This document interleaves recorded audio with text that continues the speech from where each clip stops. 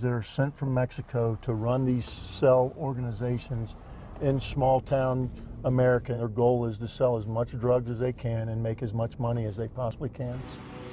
Their business is fueled by drug consumption. The United States has one of the highest rates of illegal drug use of any country in the world. Drug use in Colorado Springs is on a par with the rest of the nation.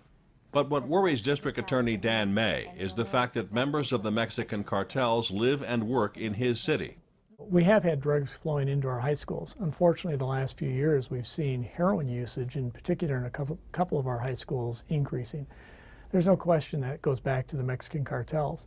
We've actually made arrests of Mexican cartel members directly supplying it to high school kids. Agent Barden says they reach into unsuspecting residential neighborhoods, too.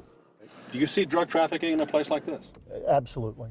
They could be sitting on loads and loads and pounds of methamphetamine and cocaine, and nobody would ever know. And then, of course, they don't do the drug deals at these locations. They take it from their shipment point, their stash house, to the deal location, at which time they will do their drug deal.